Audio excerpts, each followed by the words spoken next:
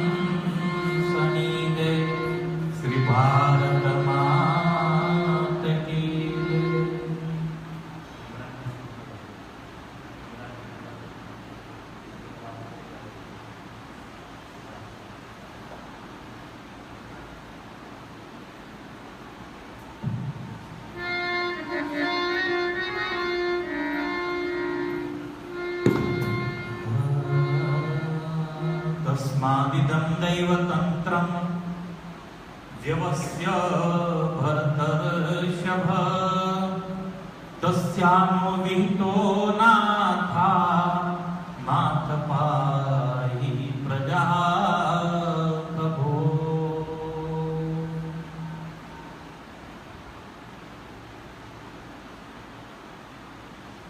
एक कथा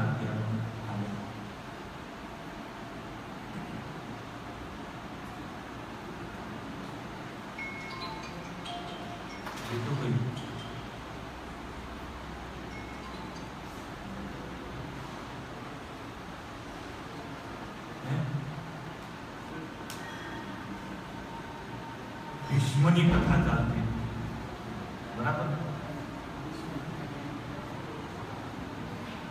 પિતામહ ભીષ્મના મુલાકાત માટે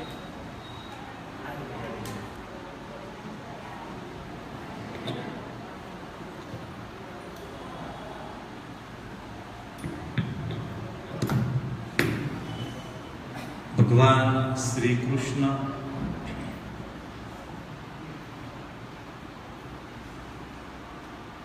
પાંડવોને લઈને ગયા.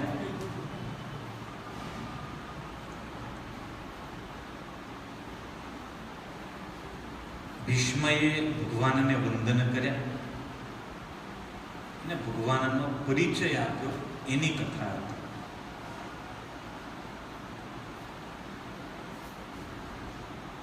ભગવાન શ્રી કૃષ્ણ હસતા હસતા પિતામહને એમ કહે છે કે પિતામહ, આ યુદ્ધ પછી આ યુધિષ્ઠિર બહુ રડ્યા કરે છે અને કંઈક સમજાવો ને.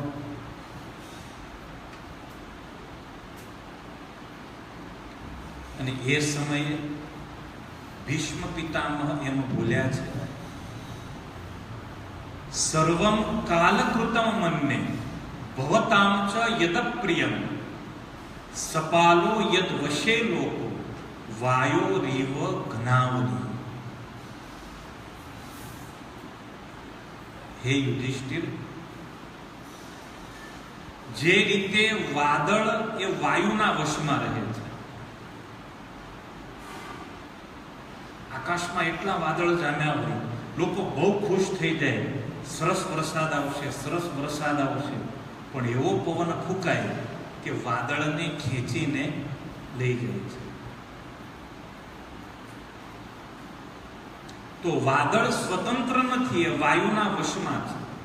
બસ એ જ રીતે સમસ્ત લોકપાળો, આ સઘળો સંસાર, સ્વયં કાળ એ ભગવાનને આધીન છે.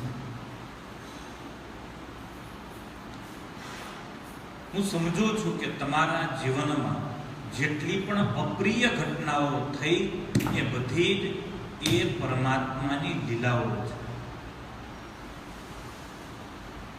નહીતર જ્યાં સત્યવાદી ધર્મવાદી યુધિષ્ઠિર હોય, ગદાધારી ભીમસેન હોય, ધનુર્ધારી અર્જુન રક્ષણનું કામ કરતો હોય, ગાંડીવ ધનુષ્ય અર્જુનના હાથમાં હોય, સ્વયં શ્રી કૃષ્ણ જેના સગા હોય, ત્યાં દુઃખો શક્ય ખરા? સંભવી જ ન શકે દુઃખ. આમાં કોઈ કમતરતા નથી. બધા જ શક્તિશાળી, સ્વયં ભગવાન એમના સહાય, અને છતાં પણ દુઃખોની પરંપરા ચાલુ ને ચાલુ જ રહી. ત્યારે ભીષ્મ એમ કહે છે કે આ બધી જ શ્રી કૃષ્ણની લીલા છે. યુધિષ્ઠિર, નયસ્ય કરહિચિત રાજન પુમાન વેદ વિધિત્સિતમ. આ કૃષ્ણ શું કરવા માંગે છે એ વાત ક્યારેય કોઈ જાણતું નથી. મોટા મોટા જ્ઞાનીઓ સુદ્ધા આ કૃષ્ણને ઓળખવામાં અને સમજવામાં થાપ થઈ ગયા. મારી તારી તો શું વાત કરવી. અને એટલે હે ધર્મરાજ, હે યુધિષ્ઠિર, આ બધું જ ભગવાનની ઈચ્છાથી થયું એમ સમજી અને પ્રજાનું પાલન કરો. કારણ હવે તમે રાજા છો. આ રીતે રડવું તમને શોભે નહીં. પ્રજાનું પાલન કરવામાં તમે સમર્થ છો. કૃષ્ણની લીલાઓને સમજવી, એને જાણવી અઘરી તો છે જ. અને જો અંદર બહુ તમે ફૂંકવા જાઓ તો ગોથા ખાવ.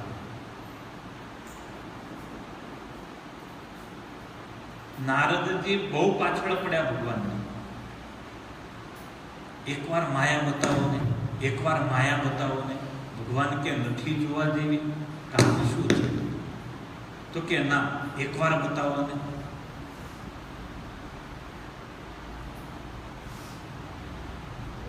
ભગવાન કે વાંધો નહીં, જોઈ લો. જ્યાં ચપટી વગાડી, ભગવાન કે કામ કરો, આ નદીમાં ડૂબકી મારો. અર્જુને જ્યાં, નારદજીએ જ્યાં ડૂબકી મારી, નારદ જ્યાં બહાર નીકળ્યા.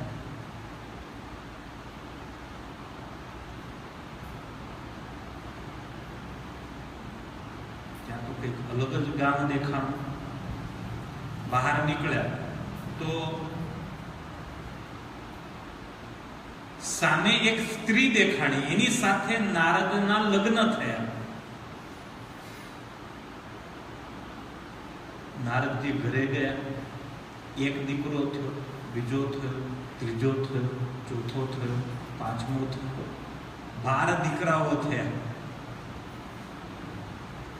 અને પછી એ સ્ત્રીનું મૃત્યુ થયું. એટલે ગામ લોકો ભેગા થયા, નારદને પકડ્યા કે ચાલો, અમારા ગામમાં એવો રિવાજ છે કે પતિ મરે ને એટલે પતિને સતો થવું પડે, એટલે તમને હવે આની જોડે જ બાળી નાખી. નારદને તો પરસેવો છૂટી ગયો. અમારે ત્યાં એવો રિવાજ છે, સતો થવું પડે.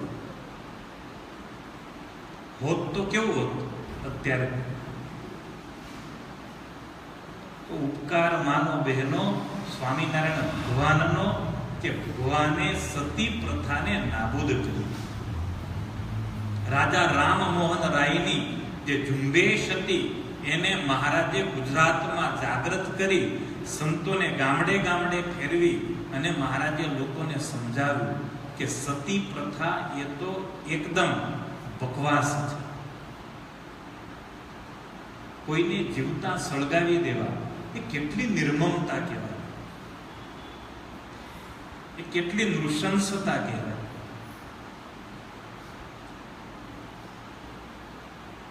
નારદને પકડવામાં આવ્યા. નારદ કે કામ કરો, નદીમાં સ્નાન કરી લો. નારદજીએ ડૂબકી મારી અને જ્યાં નારદજી બહાર નીકળ્યા ત્યાં જ સામે ભગવાન કૃષ્ણ હસતા હતા. ખાલી 2 જ મિનિટ થઈ, પણ નારદને 18-20 વર્ષનો અનુભવ કરાવી દીધો. ભગવાન કે જોઈ માયા.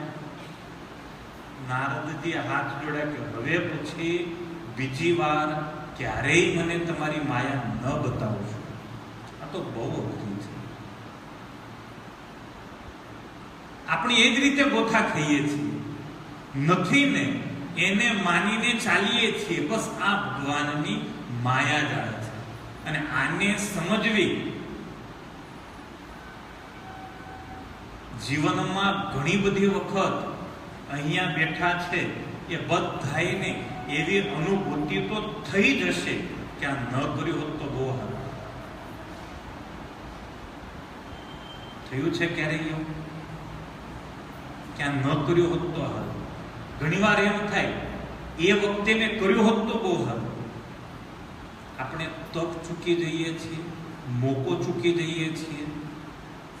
આપણને ખબર જ નથી પડતી કે પેસવું ક્યાં, નીકળવું ક્યાં.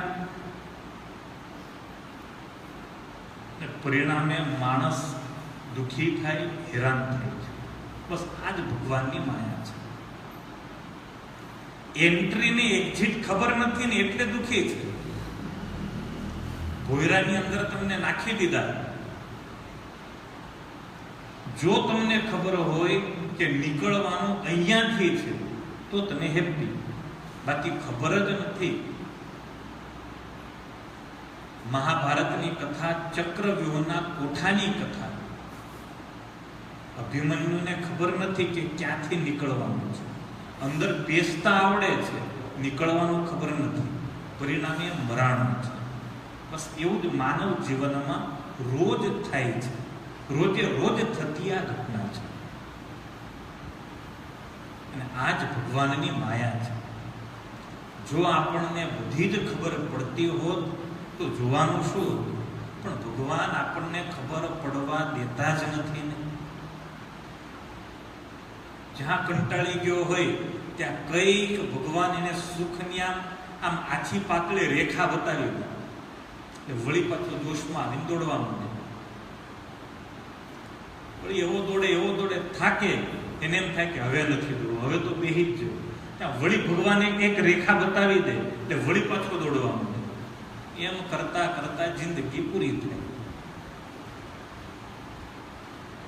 આ માત્ર ગરીબની નહીં, આ જગતની અંદર જેટલા જીવો જન્મ લઈને આવે છે તમામની એ વાત છે.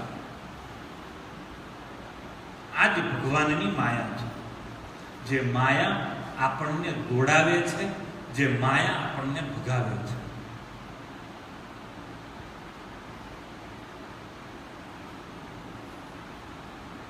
મારે ત્યાં એક ભરતભાઈ છે, કાયમ કે અમે માયાથી તો દૂર જ રહેવું છે. પછી ખબર પડી કે ઘરવાળીનું નામ માયા છે. પછી લાઈટ થઈ કે એની ઘરવાળીનું નામ માયા છે. એટલે કોઈ માયાબેન બેઠા હો તો માફ કરજો, કારણ તમારું જ નામ પ્રશ્ન કરતા તમારું નામ વધારે આવે.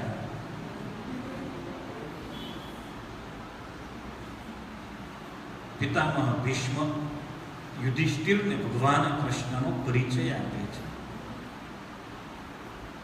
યમન્યસે માતુલેયમ પ્રિયમ મિત્રમ સુહૃત્તમમ અકરોહ સચિવમ દૂતમ સૌરદા દથ સારથિ. જેમને તમે મામાનો દીકરો, પ્રિય મિત્ર, સૌથી મોટો હિતેચ્છુ માનો છો, જેમને તમે પ્રેમવશ પોતાનો મંત્રી, દૂત અને સારથી સુદ્ધા બનાવો છો, એ સ્વયં પરમાત્મા છે. એ કોઈ સામાન્ય નથી.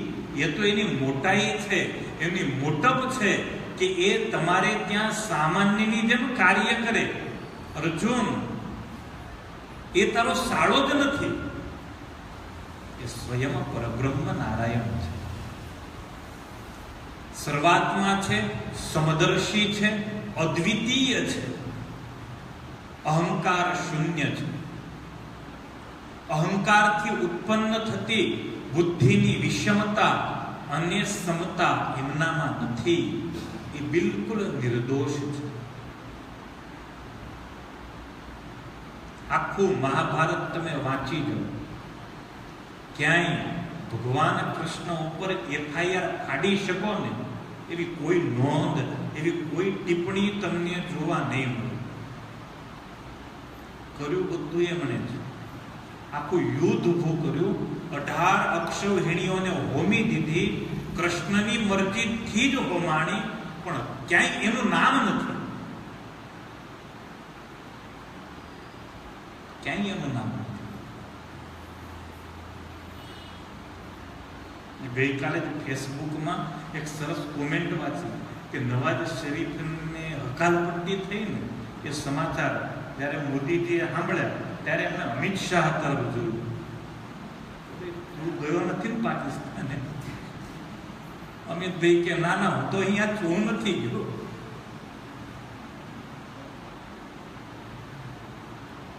આજે એનાથી સરસ કોમેન્ટ આવી કે એકવાર કોંગ્રેસે અમિતભાઈને ગુજરાતમાંથી બહાર કાઢ્યા, આજે અમિતભાઈ આખી કોંગ્રેસને બહાર કાઢ્યા. બધી જ કંપની અત્યારે બહાર ગોઠવાઈ ગઈ. પોતાના બચાવમાં લડવાની પરિસ્થિતિ લાવે ને એ ચાણક્ય છે. એ ચાણક્ય છે. ચાણક્ય નીતિ હતી કે ક્યારેય શત્રુને એટલો તમે ઉભો જ ના થવા દો કે તમારી ઉપર પ્રહાર કરવાનો એ વિચાર કરો. એ ચાણક્ય નીતિ છે. ભલે ને ઉભો થાય પછી પાડી દો એમ નહીં, ઉભો થઈને દોડવા માંડે તો ચાન્સ જ ના આપો. આ ચાણક્યનું શીખવેલું સૂત્ર છે ચંદ્રગુપ્ત. આ દેશની અંદર એવી નીતિઓ છે. ભગવાન કૃષ્ણ તો કૂટનીતિજ્ઞ છે, તમામ રાજકારણીઓના પણ નેતા છે. એમના જેવી નીતિ આજ સુધી કોઈને આવડી નથી. કોને ક્યાં કઈ રીતે તોડવો, કઈ રીતે ભાંગવો, બધી જ ભગવાન કૃષ્ણને ખબર હતી. અને ક્યાંય પોતાનું નામ ના આવે ને એ રીતે જ. બાકી આવડું મોટું યુદ્ધ થાય, હવે વર્લ્ડ કપ રમાતો હોય અને એમાં હારામાં હારો પ્લેયર ના રમે તો કેવું લાગે? બસ એવી વાત હતી. આ વિશ્વનું મોટામાં મોટું યુદ્ધ એ મહાભારતનું યુદ્ધ. એ યુદ્ધની અંદર આ દેશના સર્વપ્રથમ યોદ્ધા ભગવાન શ્રી કૃષ્ણ પોતે યુદ્ધ નતા કરતા. અને છતાંય એમ કહેવાનું કે કૃષ્ણ હતા એટલે પાંડવો જીત્યા. છતાં એવું જ કહેવાનું કે કૃષ્ણ હતા એટલે જ પાંડવો જીત્યા. ધૃતરાષ્ટ્ર બહુ બણગા ફૂકે ત્યારે સંજયે એમ કહ્યું છે, યત્ર યોગેશ્વર કૃષ્ણો યત્ર પાર્થો ધનુર્ધર તત્ર શ્રી વિજયોર ભૂતિ ધ્રુવા નીતિર મતિરમ. હે ધૃતરાષ્ટ્ર, કૃષ્ણ હથિયાર લે કે ન લે, પણ મારો મત છે કે જ્યાં કૃષ્ણ ઊભા છે ત્યાં જ વિજય છે. જ્યાં કૃષ્ણ ઊભા છે ત્યાં જ શોભા છે. જ્યાં કૃષ્ણ છે ત્યાં જ યશ અને કીર્તિ છે. આટલું કરવા છતાં પણ કૃષ્ણ એ બિલકુલ નિર્દોષ છે. હે યુધિષ્ઠિર, જુઓ તો ખરા, પોતાના અનન્ય ભક્તો પર એ કૃષ્ણ કેટલી કૃપા કરે છે. હું તો એની સામે ઉભો હતો, મેં એને અનંત બાણોથી વિંધ્યો. આ યુદ્ધની અંદર ઘણી વખત એના શરીરને ચારણી જેવું કર્યું, તો પણ મારી ઉપર દયા કરીને યન્મે સૃષ્ટ્યજતઃ સાક્ષાત કૃષ્ણો દર્શન માગત. જ્યારે એને ખ્યાલ આવ્યો કે હું પ્રાણ છોડી રહ્યો છું, ત્યારે આ ભગવાન શ્રી કૃષ્ણ મને સાક્ષાત દર્શન આપવા પડ્યા. આ એની મોટપ છે અને આ એની કૃપા છે.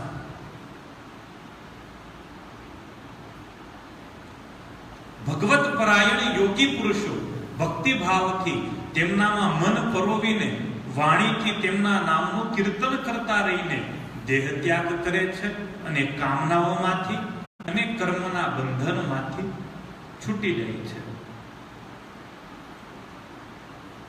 ભગવાનને હાથ જોડે છે.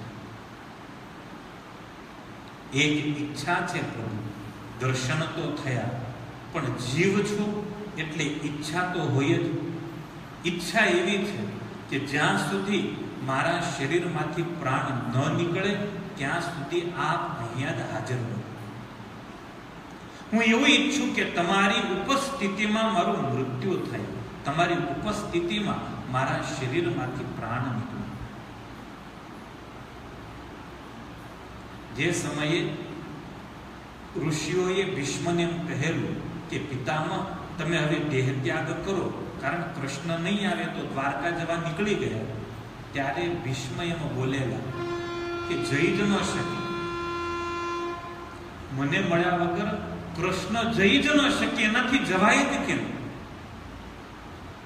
કેટલો કોન્ફિડન્સ, કેટલો વિશ્વાસ કે મને મળ્યા સિવાય ભગવાન જાય જ નહીં, અને ભગવાન અડધેથી પાછા આવે છે. આ ભક્ત અને ભગવાનનો નાતો છે.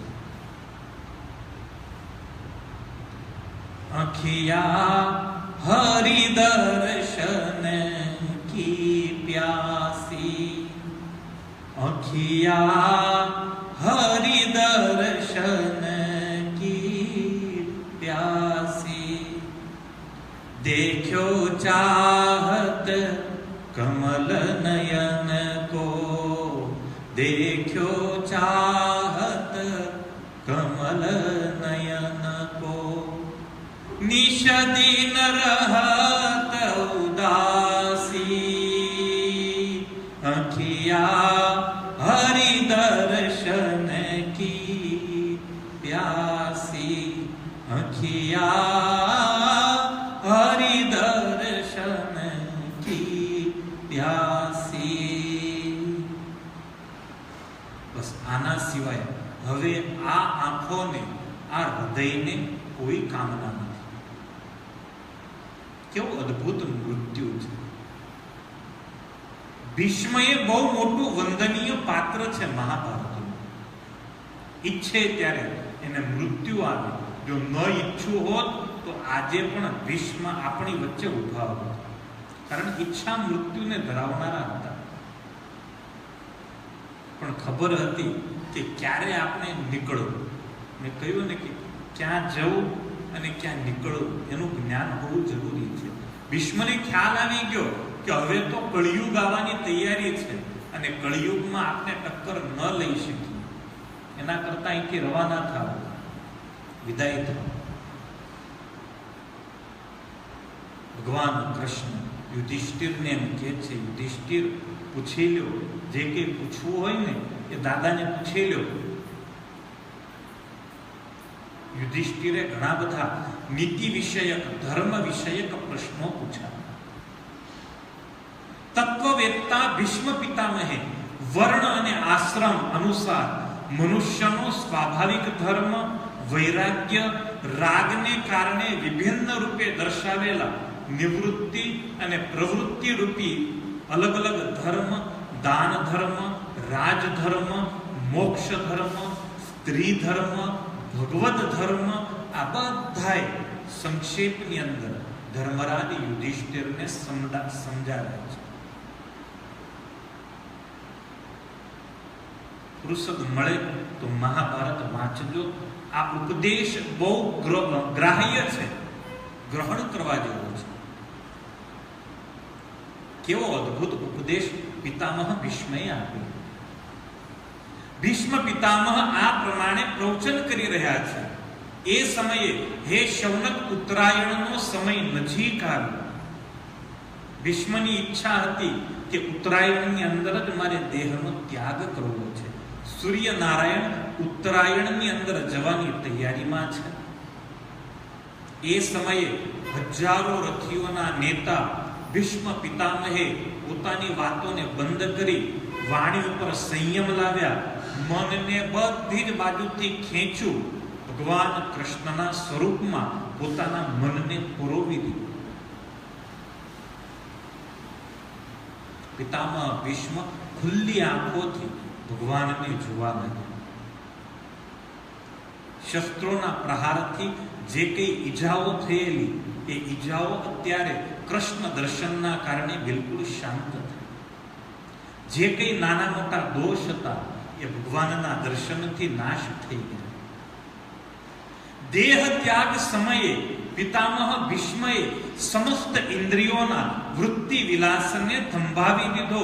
અત્યંત પ્રેમપૂર્વક ભગવાનની સ્તુતિ કરી. એ સમયે પિતામહ ભીષ્મના મનમાં ભગવાન કૃષ્ણ સિવાય જગત તો ક્યાંય દેખાતું નથી. માત્ર ને માત્ર ભગવાન કૃષ્ણ જ મનમાં છે. અને ભીષ્મજીએ અદ્ભુત સ્તુતિ કરી છે. ઇતિમતિરૂપ કલ્પિતા વિતૃષ્ણા ભગવતી સાત્વત પુંગવે વિભુમ્ની સ્વસુખમુપગતે ક્વચિદ વિહર્તુમ પ્રકૃતિમુપેયુષિ યદ્ભવ પ્રવાહ. ભીષ્મએ બહુ અદ્ભુત સ્તુતિ કરી છે. હવે મૃત્યુ સમયે મારી આ અત્યંત શુદ્ધ અને કામના રહિત બુદ્ધિને યદુકુલ શિરોમણિ ભગવાન કૃષ્ણના ચરણારવિંદમાં સમર્પિત કરું છું. એ કેવા છે? હર હંમેશ પોતાના આનંદમય સ્વરૂપમાં સ્થિત હોવા છતાં ક્યારેક વિહાર કરવાની, લીલા કરવાની ઈચ્છાથી પ્રકૃતિનો સ્વીકાર કરે છે કે જેનાથી આ સૃષ્ટિ પરંપરા ચાલે છે. કૃષ્ણને મારું મન સોંપી રહ્યું છું. જેમનું શરીર સરસ મજાનું ત્રિભુવન સુંદર છે, શ્યામ તમાલ પત્ર જેવું છે, જેના પર સૂર્ય કિરણોના જેવું શ્રેષ્ઠ પિતાંબર ધારણ કરેલું છે, કમળ જેવા મુખ ઉપર સરસ મજાની વાંકડિયા વાળની લટો લહેરાઈ છે, એવા અર્જુનના મિત્ર કૃષ્ણની અંદર મારી પ્રીતિ થાવ, કૃષ્ણના સ્વરૂપમાં મારું મન સ્થિર થાવ. મને યાદ છે યુદ્ધ સમયની એ વિલક્ષણ છબી. એમના ચહેરા પર જે વાંકડિયા વાળ હતા એ ધૂળ ઉડવાના કારણે ધૂળવાળા થયેલા ચહેરા પર સરસ મજાના પરસેવાના બુંદ શોભી રહ્યા છે. અને એ સમયે હું એક એક બાણ મારી અને કૃષ્ણના અંગને વિંધી રહ્યો હતો. એવા મારું બાણ વાગે કૃષ્ણના શરીરમાંથી લોહીનો ફુવારો નીકળ્યો. સુંદર કવચ મંડિત ભગવાન શ્રી કૃષ્ણ એ સમયે એવા શોભતા જાણે આકાશની અંદર મેઘ ધનુષની છટા છવાઈ હોય. શરીરનો રંગ શ્યામ, એમાં નીકળતું લોહી લાલ, એવા મેઘ ધનુષ જેવા કૃષ્ણ મારા મનની ગતિ થાવ. મારું મન, મારો આત્મા એ કૃષ્ણને હું સમર્પિત કરું છું.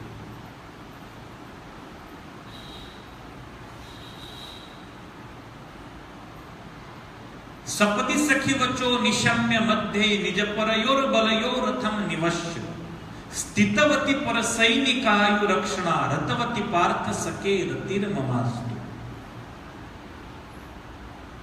યુદ્ધની તૈયારીઓ છે.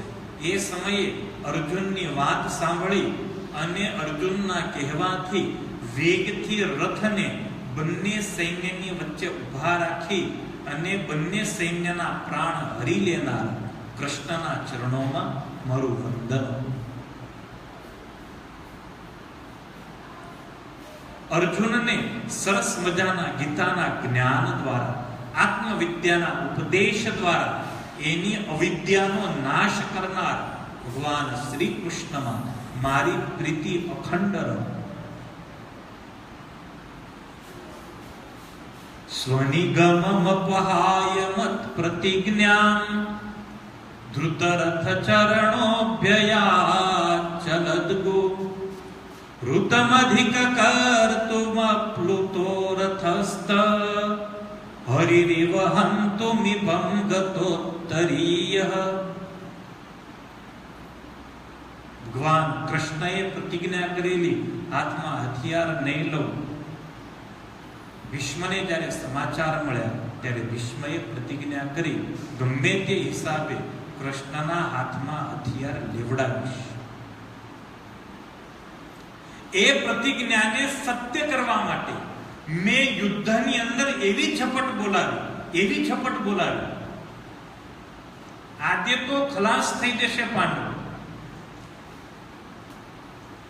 અર્જુનને પ્રભુએ ગીતાનું જ્ઞાન તો આપ્યું, પણ ભીષ્મ આવે ને એટલે ભાઈ ઢીલા પડી ગયા. આ દાદા એના ખોળામાં રમ્યો, એને બાણ મારું. એટલે ભીષ્મ મન મૂકીને લડતા નતા, અર્જુન મન મૂકીને લડતા નતા. ભગવાને એક વખત, બે વખત, ત્રીજી વખત કહ્યું, અર્જુન લડ, નહીં તો આ સુધીમાં પૂરું કરી નાખશે. ભીષ્મ આજે વિફરેલા છે, છતાંય અર્જુનને અસર ન થઈ. એ સમયે રથમાંથી નીચે કૂદી પડ્યા અને સિંહ જેમ હાથીને મારવા તેના પર તૂટી પડે એ પ્રમાણે રથનું પૈડું લઈ અને મારા ઉપર ઝપટી પડ્યા. એ સમયે તેઓ એટલા વેગથી દોડ્યા કે એમનું ઉત્તરીય, એમનો જે ખેસ હતો એ પણ હવાની અંદર ઉડી ગયો. પૃથ્વી ધક ધક ધક કરતી કાંપવા લાગી. કૃષ્ણ મારી તરફ દોડી રહ્યા છે.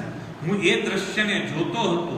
દોડતા કૃષ્ણના પગને વિંધ્યા, દોડતા કૃષ્ણના હાથને વિંધ્યા, દોડતા કૃષ્ણના શરીરને વિંધ્યું. અર્જુન આવ્યા, અર્જુને કૃષ્ણને પકડી લીધા બાથમાં, અર્જુનને પણ ઘસડતા. કેટલા વેગથી દોડે છે. અર્જુને પાછળથી બાથ પકડીને તો કૃષ્ણ અર્જુનને ઘસડવા લાગ્યા. ભીષ્મના રથ સુધી પહોંચી ગયા. અર્જુનને થયું મારી નાખશે ભીષ્મ. જેવા કૃષ્ણ નજીક આવ્યા, ભીષ્મએ બાણ મૂકી દીધું. આવો પધારો, આવો પધારો.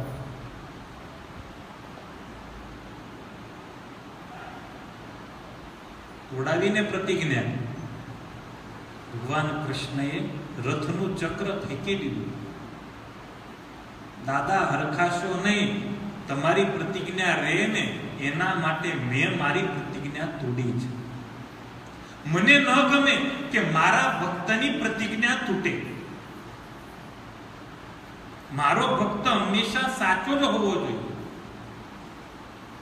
પ્રભુએ રથનું ચક્ર ફેંકી દીધું. ભગવાન કૃષ્ણને લઈ અર્જુન રથ ઉપર આવી ગયા. મારા પ્રતિ અનુગ્રહ અને ભક્ત વત્સલતાથી જેણે પોતાની પ્રતિજ્ઞા તોડી એવા કૃષ્ણ એકમાત્ર મારી ગતિ થાવ, મારી ગતિ થાવ. અર્જુનના રથના રક્ષણમાં સાવધાન. કૃષ્ણના ડાબા હાથમાં ઘોડાઓની લગામ હોય, જમણા હાથમાં ચાબુક હોય.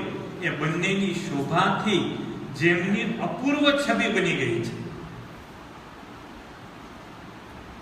આ મહાભારતનું યુદ્ધ કેટલાય લોકો માટે કલ્યાણનું સાધન બની ગયું. કારણ કૃષ્ણની હાજરી છે મેદાનમાં. કૃષ્ણની હાજરીમાં જ મર્યા છે બધાય, એટલે બધાયનું કલ્યાણ થયું.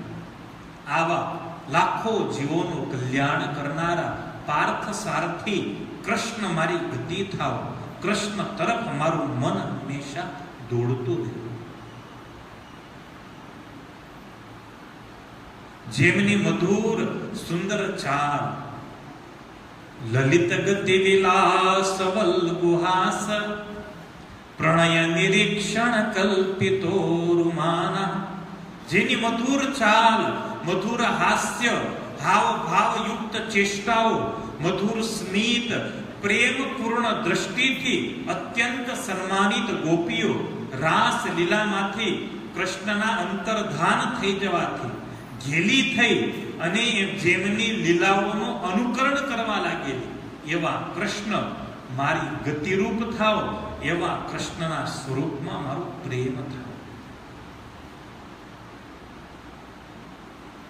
યુધિષ્ઠિરે જેમની રાજસૂય યજ્ઞમાં અગ્ર પૂજા કરી, એ સમયની અત્યંત દર્શનીય શોભા હતી. એ સૌના આત્મા પ્રભુ આજે મૃત્યુ સમયે મારી પાસે ઉભા છે. હું બહુ ભાગ્યશાળી છું.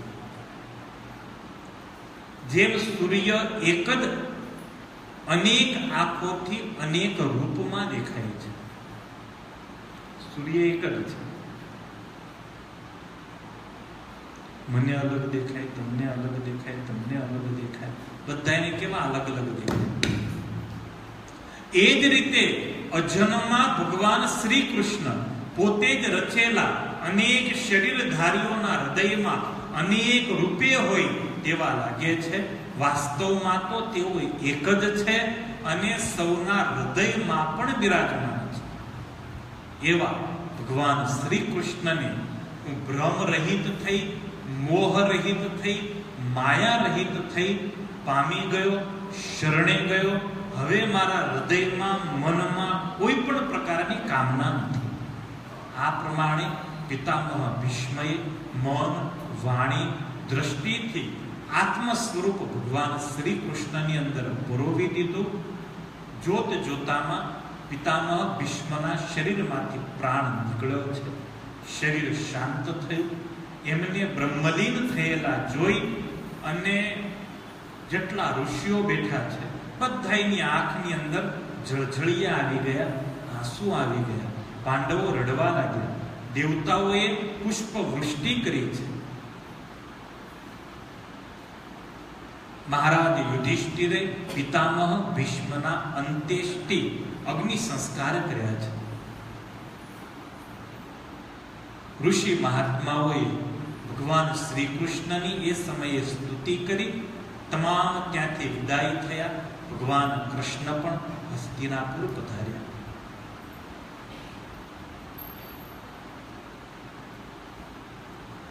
આ જે સમયગાળો હતો એ બહુ અઘરો અને બહુ કપરો હતો. હસ્તિનાપુરની પરિસ્થિતિ, ધૃતરાષ્ટ્ર અને ગાંધારી ત્યાં જ રહેતા. એમને તો એવું થતું કે મરી જઈએ તો. એમાં ધૃતરાષ્ટ્રને તો એટલી શરમ લાગતી.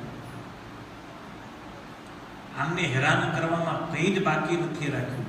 હવે એ જ્યારે દંડવત કરે ને ત્યારે ધૃતરાષ્ટ્રનું હૃદય વલોવાઈ ગયું. આના કરતા મૃત્યુ સારું છે. ભગવાન કૃષ્ણ ધૃતરાષ્ટ્ર અને ગાંધારી પાસે આવ્યા, ધીરજ આપી છે. ધૃતરાષ્ટ્રને ધીરજ આપતા એમાં બોલ્યા, કર્માધીન જીવ છે, જેવા કર્મ કરે છે એવા ફળને પામે છે. ધૃતરાષ્ટ્રએ પૂછ્યું, મારું શું ખરાબ કર્મ?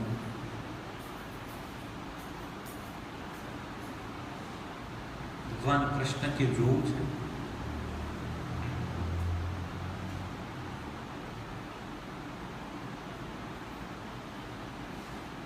ભગવાન કૃષ્ણ કે જોવું છે. દિવ્ય ચક્ષુ આપે છે. ધૃતરાષ્ટ્ર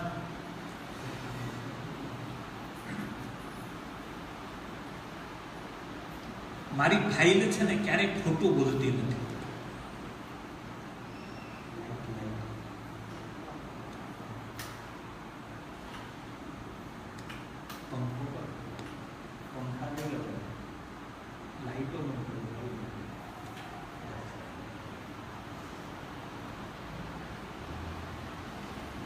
આ દુનિયામાં છે ને બહુ ઝાકમ ઝાડ હારી નહીં,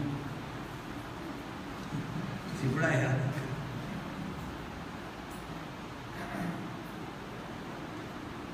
આજે એફબી પર એક વિડીયો જોયો, એટલો ભયંકર કે આમ 1 મિનિટ માટે તો હું થરથરી ગયો. ગજબનો વિડીયો કે બનાવેલો. બધા કેટલાય લોકોને આમ ભેગા કરે, પછી એની સામે સ્ક્રેન કરે એટલે એના કર્મ દેખાય કે આને શું કરેલું, ઘરવાળીને વાળી નાખી જવા દો. આને શું કર્યું, મા બાપને હેરાન કરેલા, જવા દો. આને શું કર્યું, આને લોકોનું ખોટું લૂંટ્યું, આને જવા દો. અને એવા પછી ઉપરથી નાખે એને આગની અંદર. અને તું ડાઉનલોડ કરી લઉં અને કીધું આ કરાય એવો નથી. યમદંડ વાંચવો એકવાર. જો યમદંડ વાંચો ને તો ક્યારેય જીવનમાં તમે પાપ જ ન કરો. અરે શ્વાસ લેતાય બીવો, પાપની તો વાત ક્યાં કરવી. શ્વાસ લેતાય બીક લાગે. યમદંડ એવો બનાવ્યો છે. અને આમાં કથા આવશે, જો આપણે પહોંચીશું ને 6થા સ્કંદ સુધી, તો 6થા સ્કંદની અંદર એ બહુ સરસ કથા સુખદેવજી મહારાજે વર્ણવી છે.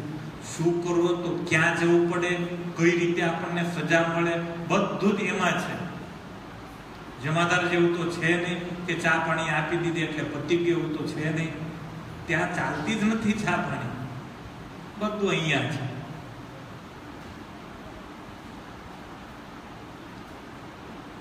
ધૃતરાષ્ટ્રને દિવ્ય ચક્ષુ આપ્યા. જુઓ, ધૃતરાષ્ટ્રએ આમ આંખ બંધ કરીને ત્યાં સામે દ્રશ્ય દેખાયું. એક જંગલ છે. જંગલની અંદર શિકારી ગયેલો ઝાડ લઈને. એક ઝાડવા ઉપર એને ઝાડ નાખી. હવે સાંજનો સમય હતો, આખું ઝાડ એ પક્ષીઓથી ભરાયેલું હતું. એણે ઝાડ ઉપર ઝાડ નાખી અને એ પાપીએ પાછી એ ઝાડને સળગાવ્યું. થાય શું? કેટલાય પક્ષીઓ બળી ગયા, કેટલાયની આંખો બળી ગઈ, કેટલા જોતા બંધ થઈ ગયા. ભગવાન પાછા બહાર લાવ્યા ધૃતરાષ્ટ્ર. ખબર પડી ગઈ. ધૃતરાષ્ટ્ર કે નહીં, તો કે ઝાડ નાખનારા તમે હતા ગયા જન્મ, અને જે પક્ષીઓ હતા ને એ તમારા દીકરાઓ હતા. કોકની આંખો બાળી નાખી તમે, માટે આખો જન્મારો તમારો અંધાપામાં ગયો. જીવનમાં તમે ફેલ છો ધૃતરાષ્ટ્ર, તમે ફેલ છો. 100 દીકરા થયા એટલે જગ જીતી ગયા એવું થોડું છે. એક ધ્રુવ હોય ને તોય માણસનું નામ રોશન કરે. આ હો માંથી એકેય નામ લેવા જવાનું. આવા હો નહીં, આવા 100 કરોડો હોય ને તોય શું કરવા? ભારરૂપ છે પૃથ્વી. ગાંધારી આવ્યા. ગાંધારીએ ભગવાન કૃષ્ણને એમ કહ્યું કે ધાર્યું હોત તો યુદ્ધ રોકી શકત ને તમે. કૃષ્ણ હસ્યા. ભગવાન કૃષ્ણ કે જરૂર, મેં ઈચ્છું હોત તો યુદ્ધ થાત જ નહીં. તમે જ મારા દીકરાઓને મારી નખાવ્યા. તમને ખ્યાલ છે મારા પરિવારમાં હવે કોઈ પાણી પાનારો ન રહ્યો. દીકરા, દીકરાઓના દીકરા બધા હોમાઈ ગયા. અમારું કુળ ખલાસ થયું.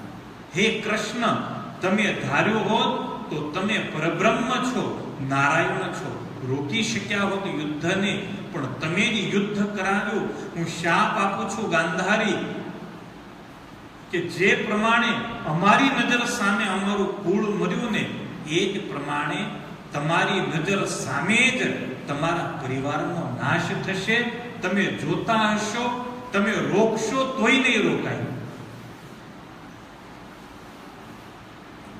આ કર્મનો હિસાબ છે. આ કર્મનો હિસાબ છે. એણે સંતાઈને વાલીને બાણ માર્યું ને તો એને હિસાબ તો કૃષ્ણ જન્મમાં આપવો જ પડ્યો. જરા પારધીએ પણ સંતાઈને બાણ માર્યું. હિસાબમાં ક્યાંય ગરબડ ગોટાળા ક્યાંય છે જ નહીં. આપણે બધા ગોટાળા કરીએ, જીએસટી આવે એટલે ધ્રુજી જાય, થરથરી જાય. તમારે આવ્યું કે નહીં કપરકાબીમાં? આવ્યું તો જીએસટી લાગુ પડી ગયું છે એટલે બિલ બુક નવી છપાવજો. રે ભાઈ, કેવા ડાયા થઈ ગયા લોકો. કાયદો છે, ભલે અત્યારે ફાયદો નથી પણ દેખાશે, વર્ષ પછી દેખાશે. છે બહુ સારું.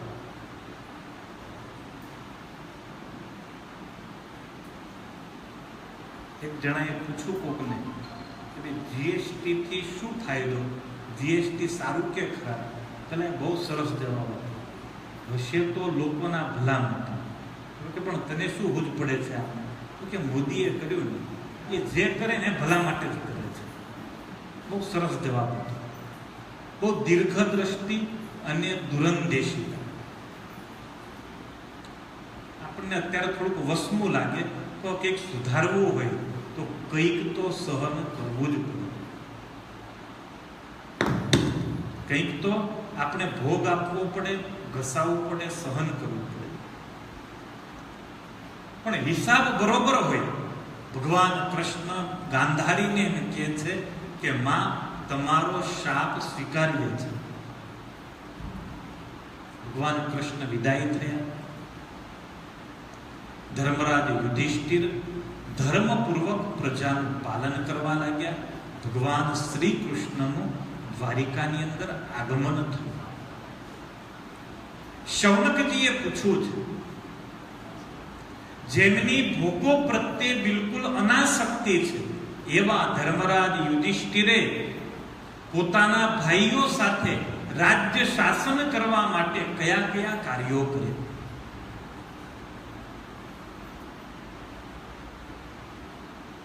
ભીષ્મ પિતામહના ઉપદેશથી, ભીષ્મ પિતામહની ભલામણથી ધર્મરાજ યુધિષ્ઠિર બહુ સારી રીતે પ્રજાનું પાલન કરવા લાગ્યા. યુધિષ્ઠિરના રાજ્યમાં નદીઓ, સમુદ્ર, પર્વતો, વેદીઓ, ઔષધિઓ સૌ પ્રત્યેક ઋતુમાં યથેષ્ટપણે પોતપોતાની વસ્તુઓ રાજાને આપતા હતા. અજાત શત્રુ મહારાજ યુધિષ્ઠિરના રાજ્યમાં કોઈ પ્રાણીને ક્યારેય પણ કોઈ આધિવ્યાધિ નહોતા થતા, કોઈ રોગ નહોતો એ રાજ્યમાં, કોઈ દૈવિક, ભૌતિક કે આધ્યાત્મિક ક્લેશ નહોતા. કારણ યુધિષ્ઠિરની ધર્મપ્રિયતા, યુધિષ્ઠિરની ધર્મપરાયણતા. ભગવાન કૃષ્ણ જ્યારે હસ્તિનાપુરથી વિદાય થયા છે, કેટલાય રથ, કેટલાય ઘોડેસવારો સાથે યુધિષ્ઠિરે પ્રભુને વિદાય આપી છે.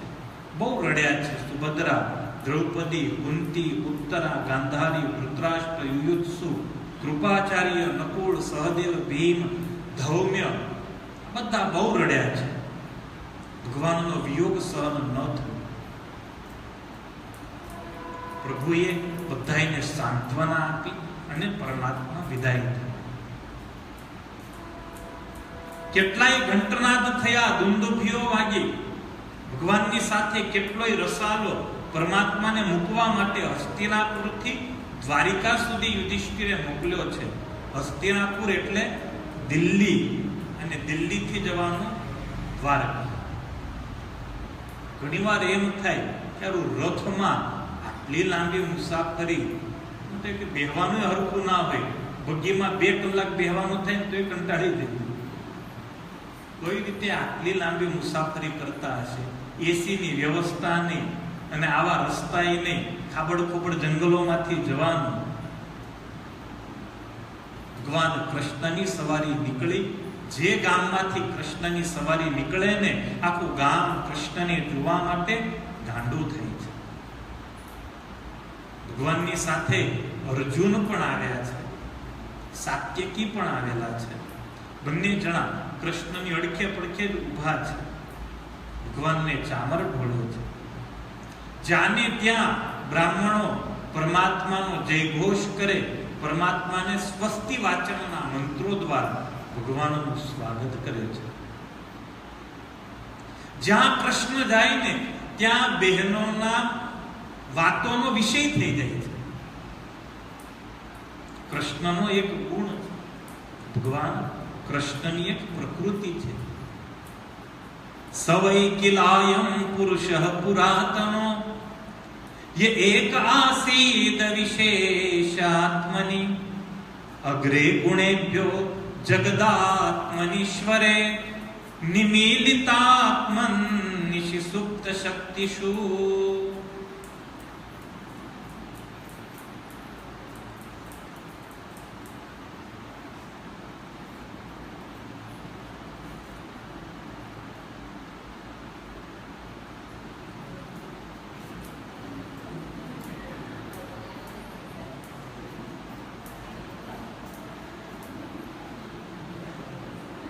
નાનકડી ચોટલી તોય આટલી ઉપાધિ, તમને તો કેટલી થતી હશે?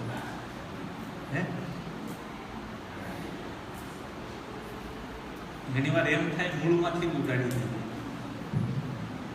તોય અંદર જીવડા ભરાઈ જાય. બહેનોના વાતોનો વિષય થયો છે. હે સખીઓ, આ એ જ અનુપમ સનાતન પરમ પુરુષ છે કે જેઓ પ્રલયના સમયે પણ પોતાના સ્વરૂપમાં સ્થિત રહે છે. આ એ જ છે જેણે ગોકુળની અંદર ગોપીઓને રાસલીલાને માણી. આ એ જ રાધાના પતિ છે, જે રાધાની સાથે નિરંતર કુંજ ગલીમાં વિહાર કરે છે. કેવી ભાગ્યશાળી એ સ્ત્રીઓ જેની સાથે આ કૃષ્ણના લગ્ન થયા. જોતો ખરી એનું હાસ્ય કેટલું મધુર, એનું ચાલવું, એનું બોલવું, એના વાળ, એની જોવાની છટા, બધું જ કેટલું મધુર છે. ભગવાન કૃષ્ણની ઉંમર એ સમયે જયારે જતા હતા ને, આ બધી બહેનો વાત કરતી હતી ને, એ સમયે 90 વર્ષની હતી. હવે 90 વર્ષે ભગવાન આટલા સ્માર્ટી હતા.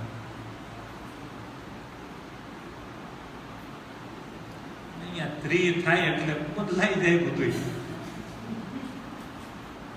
3 સુધી ગલુડિયા જેવું રૂપાળું રૂપાળું લાગે, પછી બધું ધીરે ધીરે ધીરે ધીરે ધીરે બધા સ્પેર પાર્ટ જવા માંડે, પછી કરચલીઓ પરવા માંડે, પછી તો આમ ફોટો જોઈને મળકાવાનો, એક દી પર મૂકવાનો જોવાનીનો ફોટો. બીજું શું કરવું? બસ એમ કરીને મનને મનાવી લેવું. ભગવાન કૃષ્ણ 16 વર્ષીય યુવાન જેવા સુંદર લાગતા. ઘણીવાર તો એવું થતું કે કૃષ્ણના દીકરાઓના દીકરાઓ પણ કૃષ્ણ આગળ ઘરડા દેખાતા. કારણ કૃષ્ણને ત્યાં તો પાર વગરના હતા. દીકરાઓ, એના દીકરાઓ, એના દીકરાઓ. હવે અનિરુદ્ધ એ કૃષ્ણની 4થી પેઢીએ આવે, હવે એના લગ્ન થયા ને, એને ત્યાં દીકરો થયો. પણ છતાંય ભગવાન કૃષ્ણ તો એટલા જ સુંદર, એટલા જ રૂપવાન, એ રૂપમાં કોઈ કચાશ નહીં, કોઈ કમી નહીં. ભગવાન કૃષ્ણની જ્યાં જાય ત્યાં પ્રશંસા થતી. અનેક લોકોને પોતાનું દર્શન આપતા આપતા, દરેકનું અભિવાદન કરતા કરતા ભગવાન શ્રી કૃષ્ણ પુરુજાંગલ, પાંચાલ, શુરસેન, યમુનાનો તટવર્તી પ્રદેશ બ્રહ્માવર્ત, કુરુક્ષેત્ર, મત્સ્ય, સારસ્વત, મરુધન્ય દેશને પાર કરી સૌવીર, આભીર દેશની પશ્ચિમે આનર્ત દેશમાં આવ્યા. આનર્ત દેશ એટલે લગભગ ગુજરાત ભૂમિની અંદર પ્રભુએ પ્રવેશ. આ 1-2 દિવસની યાત્રા તો હતી નહીં. આ યાત્રા લગભગ 1.5-2 મહિનાની હતી. દ્વારકાથી હસ્તિનાપુર આવ્યું એટલે 1.5-2 મહિના થતા. સંધ્યાકાળ થાય એટલે રથ પરથી ભૂમિ ઉપર ઉતરવું, જળાશય પર જઈને સંધ્યાવંદન કરવા, આ ભગવાનની દિનચર્યા હતી. ભગવાન શ્રી કૃષ્ણએ પોતાનો પ્રદેશ નજીક આવ્યો એટલે પરમાત્માએ પાંચજન્ય શંખ વગાડ્યો. દ્વારકાની આમ ધજા દેખાણી એટલે પ્રભુએ પાંચજન્યનો નાદ કર્યો છે. અને પાંચજન્યનો અવાજ દ્વારકામાં સંભળાતા પ્રદ્યુમ્નને ખ્યાલ આવી ગયો, કૃષ્ણ આવી રહ્યા છે. દ્વારકામાં જાહેરાત થઈ, કૃષ્ણ આવે છે. 6 મહિને પ્રભુ પધારી રહ્યા છે. આખું દ્વારકા સજવા લાગ્યું, ધજવા લાગ્યું. મહેલોમાં સમાચાર મળ્યા, રાણીઓ રાજી રાજી થઈ ગઈ, મા બાપ રાજી થયા. 6-8 મહિને પતિ મળશે, દીકરો મળશે. બધાયના હૈયામાં ઉમંગ છે. દરેક અગાશીઓ સજી, ઘરના આંગણાઓ વાળી જોડીને લીપી નાખ્યા. ચતુરંગીણી સેના લઈ અને પ્રદ્યુમ્ન ભગવાનને લેવા માટે સામે ગયા છે. એ વખતે મોબાઈલ નતા એટલે શંખ વગાડીને મેસેજ આપવામાં આવતો. પ્રભુએ આપી દીધો સંદેશો કે હું નજીક આવી ગયો છું. દ્વારકા ગામની બહાર પરમાત્માનું ભવ્ય સ્વાગત કરવામાં આવ્યું. ભગવાન શ્રી કૃષ્ણને પ્રદ્યુમ્નએ સાષ્ટાંગ પ્રણામ કર્યા છે. પરિવારના ઘણા બધા વડીલો આવેલા, તમામને પ્રભુએ વંદન કર્યા છે. શૌનક, સુત મહારાજ શૌનકને કહે છે, શૌનક, આ નગરીની વિશેષતા એ હતી આ નગરીમાં તમામ પ્રકારના વૈભવો છે, પવિત્ર વૃક્ષો છે, અનેક પ્રકારની વેલીઓ છે, અનેક પ્રકારના ફળોથી લહેરાતા ઉદ્યાનો, પુષ્પવાટિકાઓ, ક્રીડાવનો, એનાથી દ્વારિકા નગરી સુશોભિત છે. પાર વગરના સરોવરો દ્વારિકાની અંદર છે. નગરના ફાટક, મહેલના દરવાજા, માર્ગ બધે જ ભગવાનના સ્વાગત માટે તોરણો બાંધવામાં આવેલા, ચારેય બાજુ રંગબેરંગી ધજા પતાકાઓ લગાડવામાં આવેલી, બજારો વાળીને સાફસૂફ કરવામાં આવી. ભગવાનના સ્વાગત માટે લોકો હાથમાં ફૂલ લઈ, ચોખા લઈને ઊભા છે.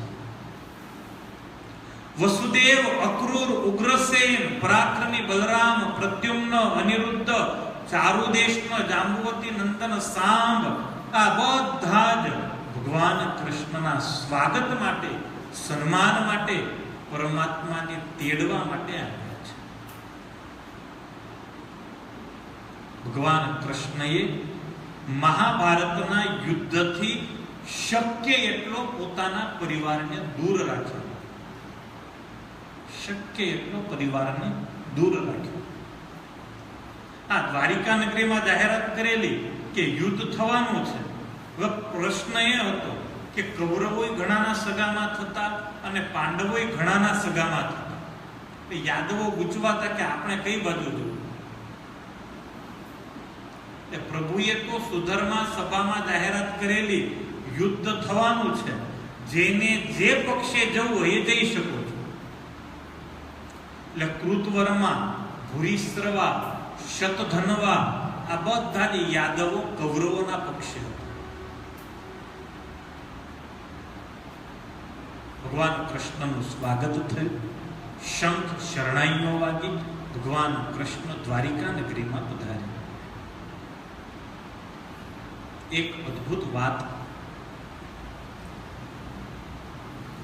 સુત મહારાજે શૌનકને બતાવી. શૌનક, ભગવાન જ્યારે પોતાના માતા પિતાના મહેલ પાસે આવ્યા, પ્રવિષ્ટસ્તુ ગૃહમ પિત્રો પરિશ્વક્તઃ સ્વમાતૃભિઃ વવંદે શિરસા સપ્ત દેવકી પ્રમુખા મુદા. ભગવાન ઘરે આવ્યા ને સૌથી પહેલા પ્રભુએ શું કર્યું? બહારથી ઘરે આવો તો શું કરવું એ ભગવાને શીખવાનું. બહારથી ઘરે આવો ને એટલે સૌથી પહેલા મા બાપને પગે લાગજો અને પછી પત્નીને મળજો. એની જોડે તો રોજ તમે મોબાઈલમાં ચોટ્યા હો, ખાધું પીધું, શું કર્યું એને મળવાની ઉતાવળ ન કરો. આજે વિપરીત છે. બહાર ગયો હોય તો ઘરવાળીને 1000 ફોન કરે, નાસ્તો કર્યો, શું ખાધું, બબલું આવ્યો, સાંજે શું બનાવ્યો, પપ્પાને કેવું છે. કયા પપ્પાનું પૂછું ભાઈ? હે,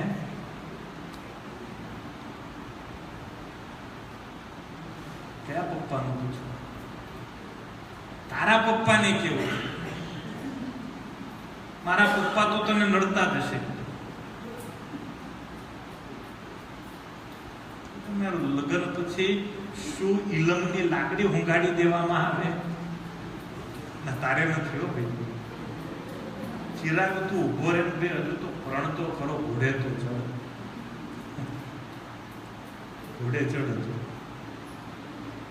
હજુ કહું છું, તક છે, હજુ તક છે. હજુ આવવું હોય તો આવી જા, પછી નહીં વળાય. પછી બહુ અઘરું પડશે. રાજુભાઈને શાંતિ એટલી, સાધુ થઈ જાય ને. એક કરજણનો સાધુ તો ઘણા છે.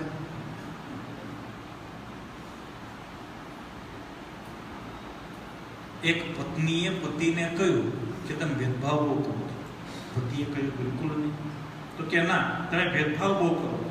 હતી થોડીક ઓછા હતા. તું કઈ રીતે કે ભેદભાવ કરો? પતિએ જે જવાબ આપ્યો ને બહુ મસ્ત. માણસને છે ને હંમેશા મારું સાંભળવું બહુ, તારું સાંભળવું ઓછું. પતિએ જવાબ એવો સરસ આપ્યો, હું મારી સાસુ કરતા તારી સાસુને વધારે પ્રેમ કરું છું, તોય તું એમ કે છે કે હું તને પ્રેમ નથી કરતો. કે સમજણ પડી? હું મારી સાસુ કરતા તારી સાસુને વધારે પ્રેમ કરું છું, તોય તું મોઢું ચડાવે છે. હું તો તારી સાસુને પ્રેમ કરું છું. એટલે રાજી રાજી થઈ ગયા. એવા થાય છે. બસ આટલી શબ્દોની જ રામાયણ છે. ભગવાન કૃષ્ણ ઘરે આવ્યા, સૌથી પહેલા પરમાત્મા માતા પિતાને વંદન કરવા ગયા છે. ભગવાન સૌથી પહેલા માતા પિતાના મહેલમાં ગયા. ત્યાં તેમણે ખૂબ આનંદપૂર્વક દેવકી વગેરે 7 માતાઓને તેમના ચરણોમાં માથું મૂકીને પ્રણામ કર્યા. બોલો, 90 વર્ષે ભગવાન કૃષ્ણ માથું મૂકીને પગે લાગતા. તું લાગે છે ચિરાગ? સર્ટિફિકેટ આપો. લાગે છે પગે? તું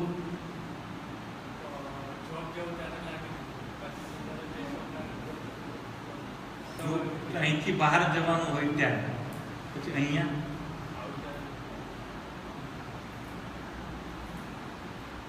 આ એક રીત ભગવાન કૃષ્ણએ શીખવાડી.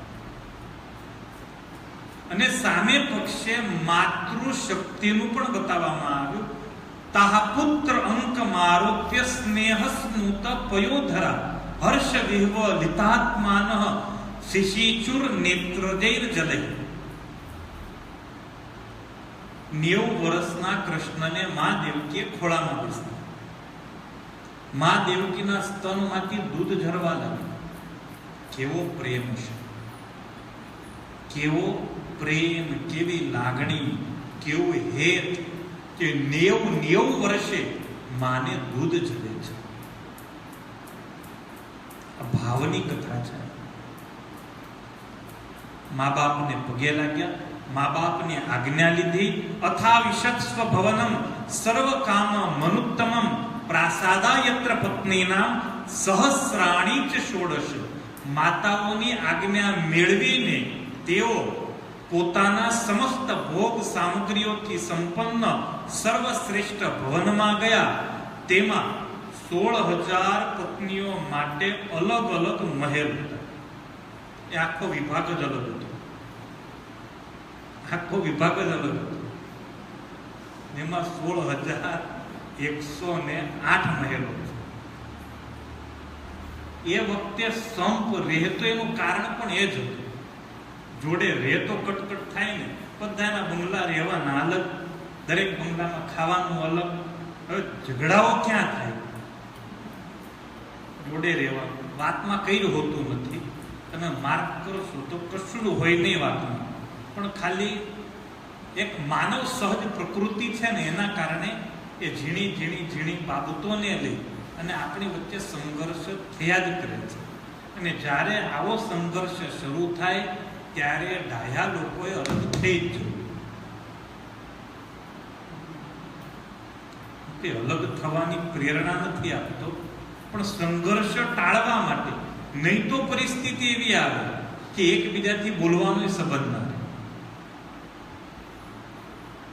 ભગવાન રામ, લક્ષ્મણ, ભરત, શત્રુઘ્ન કેવા હતા, પણ છતાંય ભગવાન રામચંદ્ર મહાપ્રભુએ યોગ્ય સમયે દરેકને અલગ અલગ રાજ્યો આપી જ દીધા. આ અનાદિકાળથી ચાલી આવતી રીત છે, અનાદિકાળથી ચાલી આવતી પદ્ધતિ છે. એનાથી સમાજની અંદર પ્રેમ ભાવ કાયમને માટે જળવાઈ રહે છે. એવું કહેવાય ને કે જેટલા દૂર રહીએ એટલું જ હેત વધે. જોડે ને જોડે રહો તો રોજ એકબીજાના અવગુણો સંભાળ્યા જ કરે તો દ્વેષ ભાવ કાયમને માટે વધતો. પણ એટલો દ્વેષ ભાવ ન રાખવો કે આપણે આપણા પરિવાર પ્રત્યે બેધ્યાન થઈ ગયું.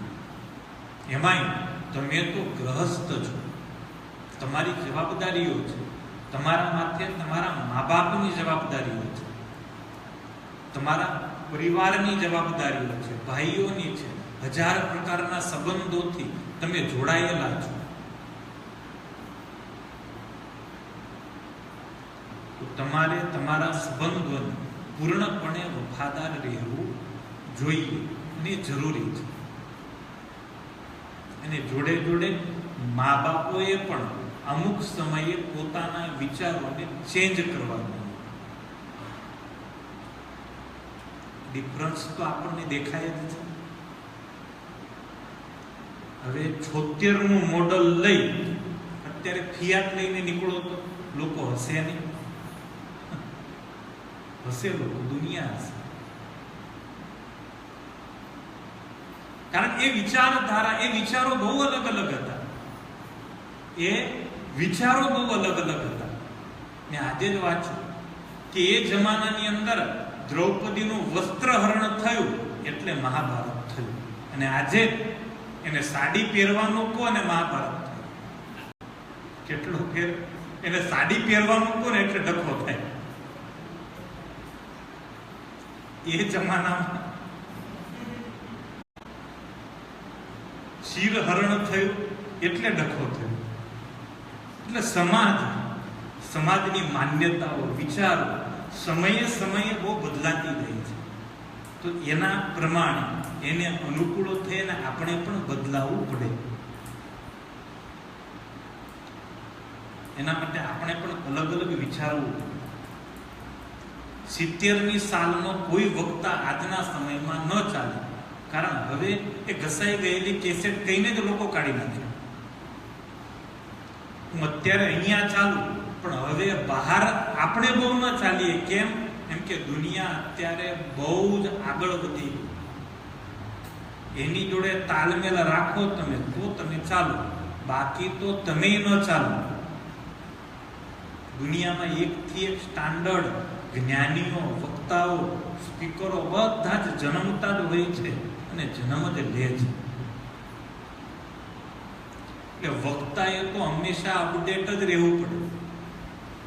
એકને એક બોલ્યા કરું તો થાય શું? તમને એમ થાય કે સ્વામી કહેશે તો ગાઈ ગઈ, એકની એક વાત જ કયા કરું. તો પરિવર્તન એ આવશ્યક છે સમાજની અંદર. એટલે મા બાપોએ પણ એટલું સમજવું જોઈએ કે આપણે જે યુગમાં હતા એ યુગ અલગ હતો, આ યુગ અલગ છે. કૃષ્ણના પરિવારમાં કૃષ્ણાયન વાંચેલું છે, ઘણા બધા ભગવાન કૃષ્ણ વિશેના પુસ્તકો વાંચ્યા છે. પણ ભગવાન કૃષ્ણનું જે પારિવારિક જીવન હતું, કૃષ્ણના પરિવાર એ બહુ જ સુંદર અને બહુ જ સુખી જીવન હતું. ક્યાંય કોઈને કોઈ પણ પ્રત્યે કોઈ પ્રકારની માથાકૂટો નથી. ધીરાણી જેઠાણીમાં ન બને. હવે આ તો શોક્યો હતી એકબીજાની, સોતનો હતી, અને 2 સોતનો હોય ને તોય ઘરમાં આગ લાગે. 16,108 કેટલી?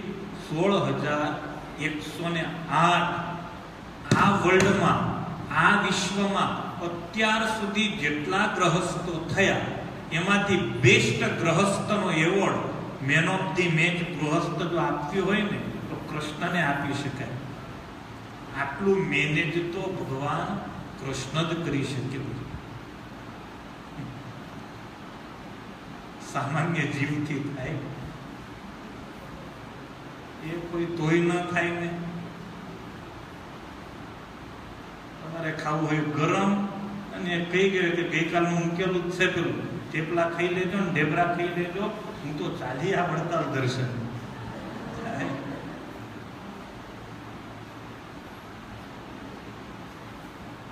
બચારો આખો દિવસ ઢેબરા તોડે, શું પેલું આવે, બીજું સમોસા આવે, કચોરી આવે, પછી વડા આવે. એકને મેનેજ કરવી હોય ને ત્યાં આંખમાં આંસુ આવી જાય. ભગવાન કૃષ્ણ 16,108 પત્નીઓની સાથે રહેતા, છતાંય પરમાત્માનું પારિવારિક જીવન બહુ અદ્ભુત. પત્ન્યઃ પતિમ પ્રોષ્ય ગૃહાનુપાગતમ વિલોક્ય સંજાત મનોમહોત્સવઃ ઉત્તસ્તુરારામ સહસાસનાશયા સાકમ વ્રતૈર્ગ્રીડિત લોચનાનન. પોતાના પ્રાણનાથ ભગવાન શ્રી કૃષ્ણને ઘણા દિવસો બહાર રહ્યા પછી ઘેર આવેલા જોઈને રાણીઓના હૃદયમાં ઘણો આનંદ થયો.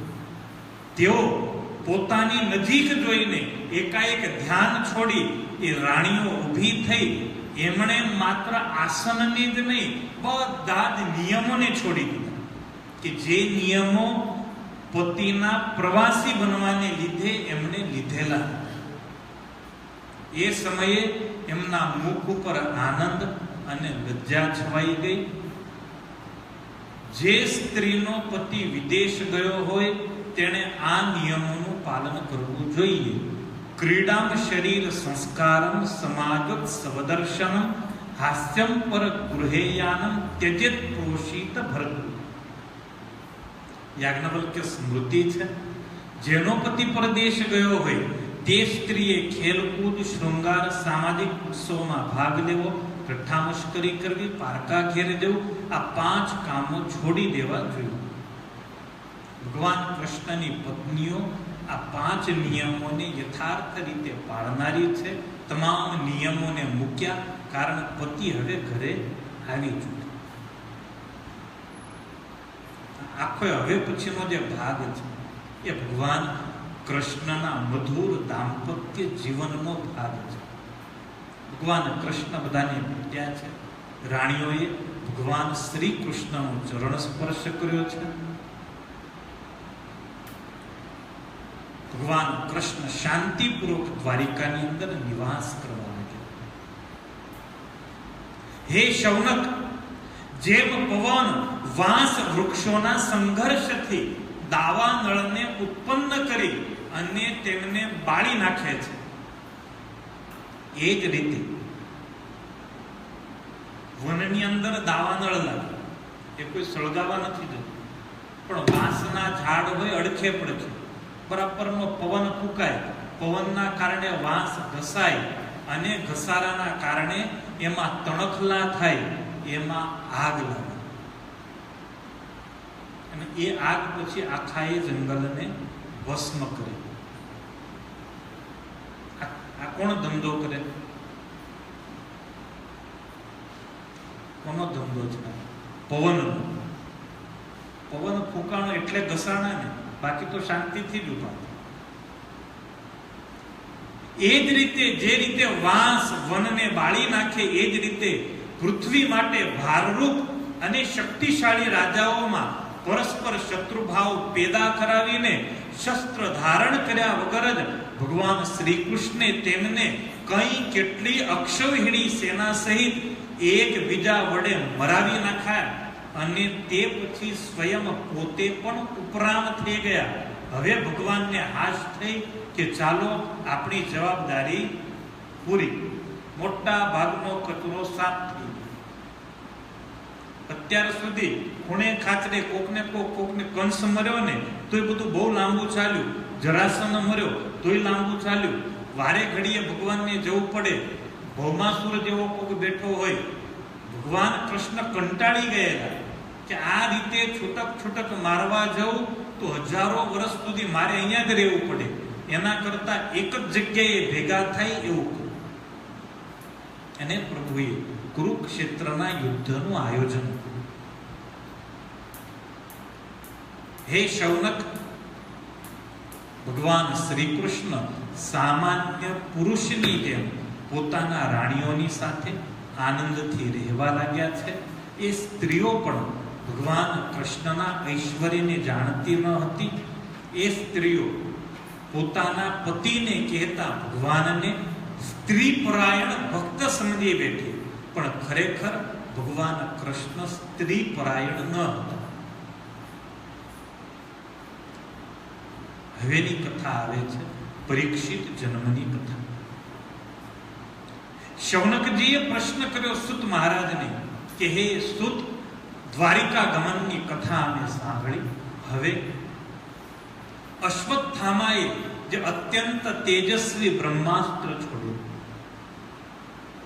જેનાથી ઉત્તરાનો ગર્ભનાશ થયેલો, પરંતુ ભગવાને જેને પુનર્જીવિત કરી દીધો, એ ગર્ભથી ઉત્પન્ન થયેલા મહાજ્ઞાની મહાત્મા પરીક્ષિત, જેમને સુખદેવજીએ જ્ઞાનોપદેશ આપ્યો હતો, એ પરીક્ષિત મહારાજનું ચરિત્ર તમે અમને કહો. સુત પુરાણીએ પ્રશંસા કરી છે, ધન્ય છે, કારણ પરીક્ષિત કોઈ સામાન્ય તો હતા નહીં, ભગવાનના એકાંતિક પરમ ભાગવત ભક્ત હતા. એમનું ચરિત્ર સાંભળવાની તમને ઈચ્છા થઈ. હે શૌનક, ધર્મરાજ યુધિષ્ઠિર બહુ સારી રીતે પ્રજાનું પાલન કરે છે. રાણીઓ, ભાઈઓ બધા જ યુધિષ્ઠિરને અનુકૂળ છે. સ્વર્ગ સુધી ધર્મરાજ યુધિષ્ઠિરની કીર્તિ ફેલાયેલી છે.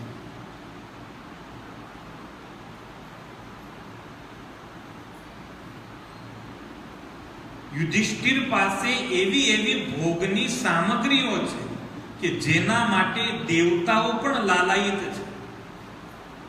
કહેતા યુધિષ્ઠિર પાસે એવું બધું ઐશ્વર્ય હતું એ સ્વર્ગમાં ન હતું, પરંતુ યુધિષ્ઠિરને આ કોઈ પદાર્થમાં રુચિ નથી. યુધિષ્ઠિરને માત્ર ને માત્ર ભગવાનમાં રુચિ છે. એ શૌનક બરાબર એ જ સમય દરમિયાન ઉત્તરાના ગર્ભમાં સ્થિત એ વીર શિશુ પરીક્ષિત જ્યારે અશ્વત્થામાના બ્રહ્માસ્ત્રના તેજથી બળવા લાગ્યો, અશ્વત્થામાએ બાણ છોડ્યું, બ્રહ્માસ્ત્ર, ઉત્તરાનો ગર્ભ બળવા લાગ્યો. પેલું જે અંદર બાળક છે બચ્ચું એ બળવા લાગ્યું. ત્યારે એ બાળકે જોયું ગર્ભમાં કે મારી સામે એક જ્યોતિર્મય પુરુષ ઉભો છે. દેખાવમાં અંગૂઠા જેવો છે, સ્વરૂપ બહુ નિર્મળ છે, શ્યામ શરીર છે, વીજળી જેવું ચમકતું પીતાંબર ધારણ કરેલું છે, હાથમાં ગદા છે, કાનમાં સરસ મજાના સુવર્ણ જડિત કુંડળ છે, આંખમાં લાલીમા છે, અને ગદા લઈ અને પોતાની ચારે બાજુ કહેતા ગર્ભની ચારે બાજુ ગોળ ગોળે ફરે છે, અને ગર્ભ પેલા અસ્ત્રના તેજને, બ્રહ્માસ્ત્રના પ્રહારને પોતાની ગદા ઉપર સહન કરે છે. એ દિવ્ય પુરુષે પોતે માયાનું આવરણ મૂકી ગર્ભ અને બ્રહ્માસ્ત્રની વચ્ચે એક કવચ બનાવ્યું. હવે પેટની અંદર પેલું નાનકડું બચ્ચું જે પેટમાં છે, માના પેટમાં, એ વિચાર કરે આ કોણ છે, આ કોણ છે, કોણ છે કોણ છે એવું વિચારવા આવ્યો. એમાં ભગવાન અદ્રશ્ય થઈ. બરાબર યોગ્ય સમય, યોગ્ય ગ્રહો, યોગ્ય નક્ષત્રો આવ્યા. એ સમયે પાંડુના વંશધર પરીક્ષિત મહારાજનો જન્મ થયો.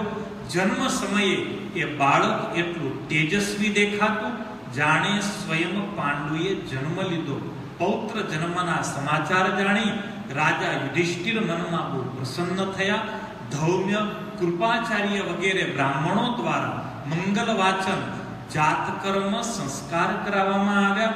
મહારાજ યુધિષ્ઠિર દાનનો યોગ્ય સમય જાણતા.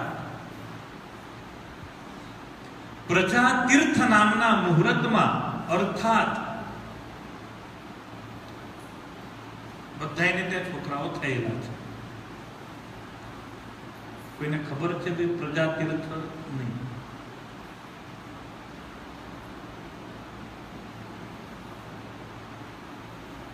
અરે ભાઈ તમે તો ગોરો છો. બાકી છે પ્રજા તીર્થ એટલે તમારે ત્યાં સંતાન થયું. સંતાનનો શું કરવામાં આવે?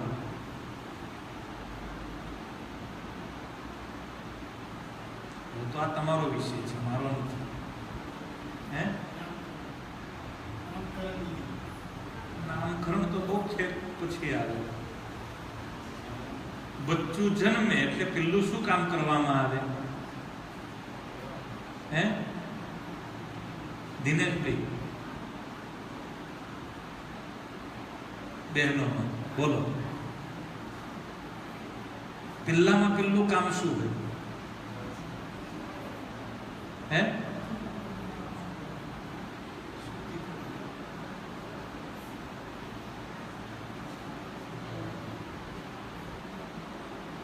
નાળ છેદન, નાળ કાપવામાં આવે. એ કદાચ પહેલું કામ.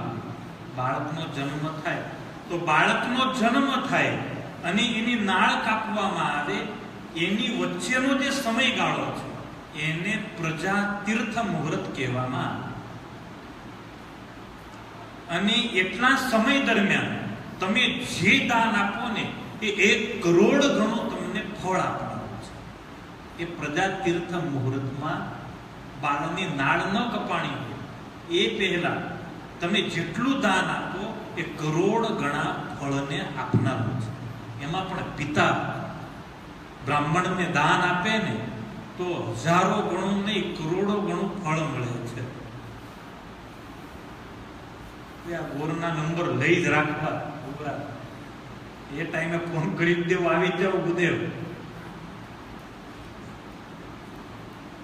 નાળ છેદન પહેલા સ્તુતક હોતું નથી, કારણ એ સમય એવો છે બાળકનું આગમન થાય, આ વિશ્વમાં એક નવીન આત્માનું આગમન થાય. એટલે બહુ ધન્ય એ ઘડી હોય છે, બહુ ધન્ય એક ક્ષણ હોય છે કે એક ભગવાનનો ભક્ત આવ્યો, એક મુમુક્ષુ આવ્યો, પછી એ તમારી ઉપર છે તમે એને કેવો બનાવો છો. પણ જ્યારે જન્મ્યો ત્યારે તો એ ભગત જ હોય છે.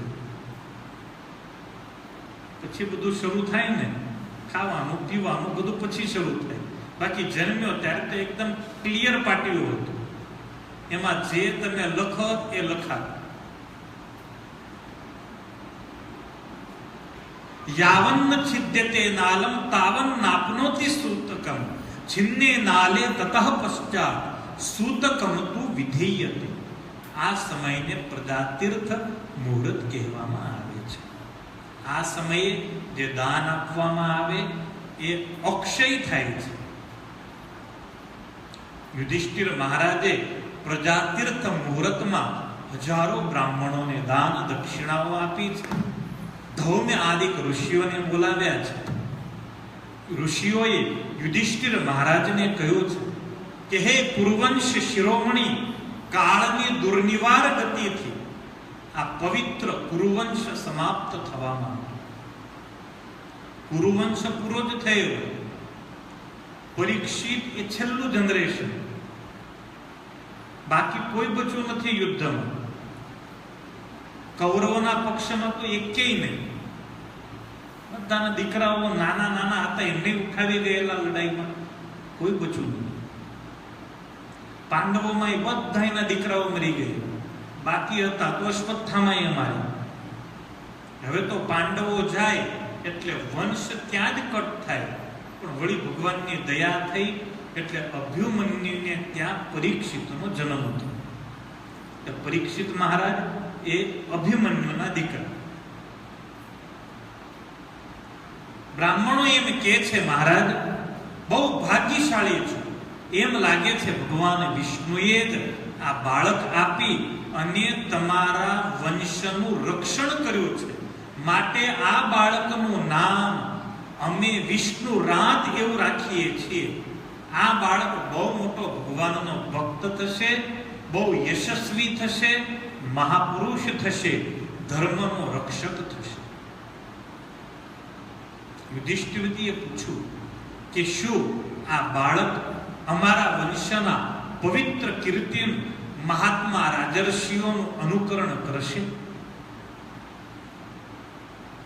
બ્રાહ્મણો એમાં બોલ્યા કે હે ધર્મરાજ, આ બાળક મનુપુત્ર ઇક્ષ્વાકુની જેમ પ્રજાનું પાલન કરશે, દશરથ પુત્ર ભગવાન રામની જેમ બ્રાહ્મણ ભક્ત અને સત્ય પ્રતિજ્ઞ થશે. આ બાળક શિબી મહારાજ જેવો દાનવીર થશે.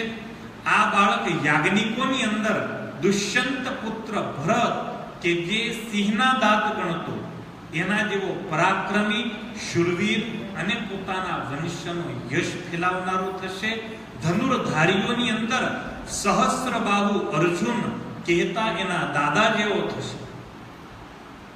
અગ્નિ જેવો દુર્ધર્ષ થશે. સિંહ જેવો પરાક્રમી, હિમાલય જેવો આશ્રય લેવા યોગ્ય થશે. પૃથ્વી જેવો સહનશીલ અને મા બાપ જેવો સહિષ્ણુ થશે. આ બાળકની અંદર બ્રહ્મા જેવી સમતા હશે. શંકર જેવો એ કૃપાળુ થશે. તમામ જીવાત્માઓને આશ્રય આપવામાં, શરણું આપવામાં લક્ષ્મીપતિ ભગવાન વિષ્ણુ જેવો થશે. સદગુણોનો મહિમા ધારણ કરવામાં ભગવાન કૃષ્ણ જેવો, રંતિદેવ જેવો ઉદાર, યયાતિ મહારાજ જેવો એ ધાર્મિક, ધીરજ રાખવામાં બલિ મહારાજ જેવો, ભક્તિ કરવામાં ભક્ત પ્રહલાદ જેવો, અનેક અશ્વમેધ યજ્ઞો કરશે. આના જે દીકરાઓ થશે ને એ તો આના કરતા ચડિયાતા થશે, રાજર્ષિ કહેવાશે. તમારો આ પૌત્ર મર્યાદાનું ઉલ્લંઘન કરનારાઓને દંડ આપનારો થશે. આ પૃથ્વી ધર્મ, ભક્તિ એમના પ્રત્યે પૂર્ણપણે વફાદાર થશે. પણ બ્રાહ્મણો અટકી ગયા. યુધિષ્ઠિરજીએ પૂછ્યું, પણ શું? તક્ષક આત્માત મનોમૃત્યુમ દ્વિજ પુત્રોપસર્જિતામ પ્રપત્સ્યત ઉપસૃત્યમ મુક્ત સંગઃ પદમ હરિ. આ બધું જ સારું છે, બસ એક જ વાત ખોટી છે. આ બાળકનું મૃત્યુ આ બ્રાહ્મણ કુમારના શાપને લીધે તક્ષક દ્વારા પોતાના મૃત્યુની વાત સાંભળીને બધા પ્રત્યેની આસક્તિ છોડી દેશે અને ભગવાનના ચરણોનું શરણ લેશે. કહેતા યુવા અવસ્થામાં જ આ બાળકનું અકાળે મૃત્યુ થશે. આ એક વાત ન ગમી. બ્રાહ્મણો દક્ષિણા પૂજા લઈ પોતપોતાને ઘેર ગયા. એ જ બાળક આ સંસારમાં પરીક્ષિત એવા નામે પ્રસિદ્ધ થયા. કારણ પરીક્ષિત એટલે પહેલા જેણે જોયા છે. કોને? ભગવાન. પહેલા એટલે શાના પહેલા? તો કે જન્મ પહેલા જ પેટમાં હતો ને ભગવાનને જોયેલા. તો જેણે આ પૃથ્વી પર આવતા પહેલા જ ભગવાનને જોયા છે, માટે એને નામ મળ્યું પરીક્ષિત.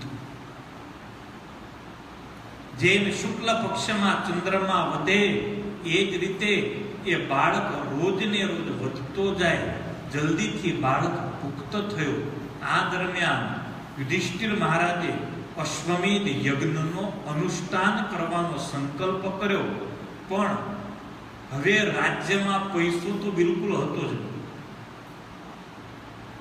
આ યુદ્ધમાં ને યુદ્ધમાં ખુવાર થઈ ગયું. કારણ યુદ્ધ એ લાગે બહુ સારું બોલું. આ નવરી બજારો હોય ને એ વાતો કર્યા કરે. સરકાર તો આમ, સરકાર તો યુદ્ધ નથી કરતી, સરકાર તો, પણ એક યુદ્ધ થાય એનું પરિણામ ખબર છે. એટલી ઇકોનોમીને અસર થાય, સામાન્ય જનજીવનને અસર થાય, જાનહાનિ, પૈસાની હાનિ. ચાણક્યજી એમ બતાવે છે નીતિની અંદર કે જ્યારે તમારા પ્રાણ ઉપર સંકટ હોય ત્યારે જ યુદ્ધ કરો. બાકી છમકલા તો ચાલ્યા જ કરવાનું. એ વખતે આરપાર કરી નાખો. કારણ યુદ્ધ એ હાનિ કરતા છે, નુકસાન કરતા છે. હસ્તિનાપુરની જે ઇકોનોમી હતી ને બિલકુલ ખલાસ. રાજ્યમાં કંઈ જ હતું નહીં. પ્રજા પાસેથી જે દંડ આવતો અને જે કંઈ કર આવતો એમાંથી યુધિષ્ઠિર મહારાજ ચલાવતા. હવે યજ્ઞો મોટા મોટા કરવા છે, પૈસો જોઈએ યજ્ઞ માટે. એમાં અશ્વમેધ યજ્ઞ માટે તો બહુ જ પૈસો જોઈએ. ભગવાન કૃષ્ણને બોલાવ્યા, ભગવાન કૃષ્ણને વાત કરી કે યજ્ઞ કરવો છે પણ પૈસો નથી. આપણે બૂમો પાડીએ ને પૈસો નથી, પૈસો નથી. યુધિષ્ઠિરની એ જ દશા. બધે કાગડા તો બધે જ કાળા છે. કરોડપતિ રડે છે, અબજોપતિ રડે છે, અને ઝૂંપડામાં રહેનારો રડે છે. પૈસો નથી, પૈસો નથી. ભગવાન કૃષ્ણએ કહ્યું યજ્ઞ કરવો છે તો હું તમને બતાવું. એક જગ્યાએ પુષ્કળ ધન અને સોનું પડ્યું છે. યુધિષ્ઠિર કે કઈ બાજુ? અગાઉના સમયમાં વર્ષો પહેલા મરુત નામના એક રાજા થયા. એ રાજાએ જેટલા યજ્ઞો કર્યા ને એ બધા જ યજ્ઞોના જે પાત્રો હતા એ પાત્રો સુવર્ણના બનાવતા. એ જ્યારે યજ્ઞ કરે ત્યારે બધું જ સોનાનું બનાવે. વાટકી, ચમચી, કુંડ બધી જ સોનાની વસ્તુ. અને એટલા યજ્ઞો કરે, એટલા યજ્ઞો કરે. આજે પૂરો થયો, કાલે શરૂ, પૂરો થયો, બીજે દિવસે શરૂ. કેટલા પાત્રો થાય. કોકને આપે ને તોય કોઈ ના લે. કરવું શું એને? કેટલું ભેગું કરવું? એટલે મરુત રાજા એ યજ્ઞ પૂરો થાય એટલે ઉત્તર દિશામાં ફેંકી દે, ઉત્તર દિશામાં ફેંકી દે. આનું સરનામું આપવાનું ભૂલી ગયા નહીં. કામ થઈ જાય. બહુ ફેંક્યા મૃત રાજાએ, ઉત્તર દિશાની અંદર ફેંકી દે છે. બ્રાહ્મણોને આપે ને તો બ્રાહ્મણો કેટલું લઈ જાય ઘરે. અસંખ્ય બ્રાહ્મણો છેલ્લે પછી આમ રાજા આપે, લઈ લે ખરા, પછી ફેંકી દે ઉત્તર દિશામાં. ધન લઈ જઈ ના શકે, અરે દક્ષિણા લઈ જઈ ના શકે. રોજને રોજ યજ્ઞ, રોજને રોજ યજ્ઞ. એમાં રાજાને ત્યાં યજ્ઞ એટલે પાર વગરની દક્ષિણા આવે. કેટલું ઉઠાવીને લઈ જવું? તે બ્રાહ્મણો તો પોતાની દક્ષિણા નાખી દે. હવે દક્ષિણા લઈ જવા રાજી નથી. ઉત્તર દિશાની અંદર છોડી અને બધા જ ગયા. પરિત્યક્ત ધન ઉપર કહેતા ફેંકવામાં આવેલા, છોડી દેવામાં આવેલા ધન ઉપર રાજાનો અધિકાર હોય છે. એટલે અર્જુનને મોકલ્યા કે જાઓ, એ ધન લઈ આવો, એ સુવર્ણ લઈ આવો, એનાથી રાજ્યને સમૃદ્ધ કરો અને તમે યજ્ઞ કરો. યુધિષ્ઠિર મહારાજ એ ધન લાવ્યા છે.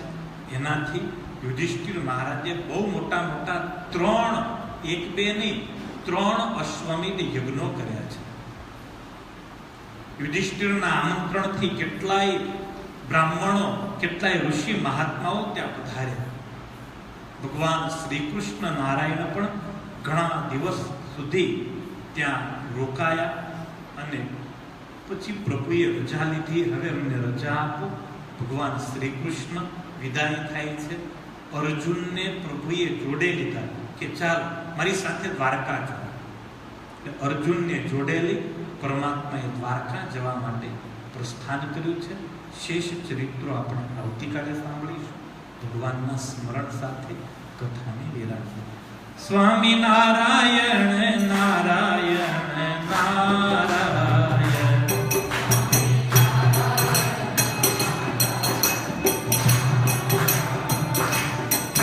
સ્વામી નારાયણ નારાયણ નારાયણ.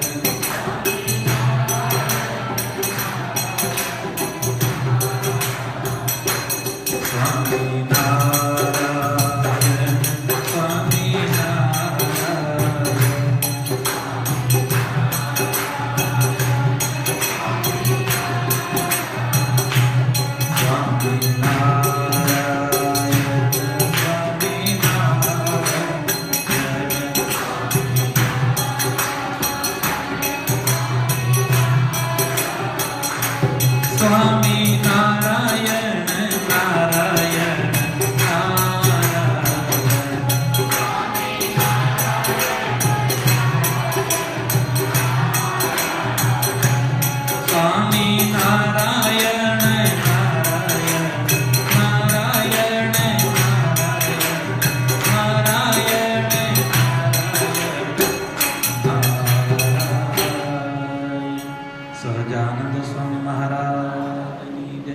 कृष्ण कन्हैया लाल की जय, लक्ष्मी नारायण देव की जय।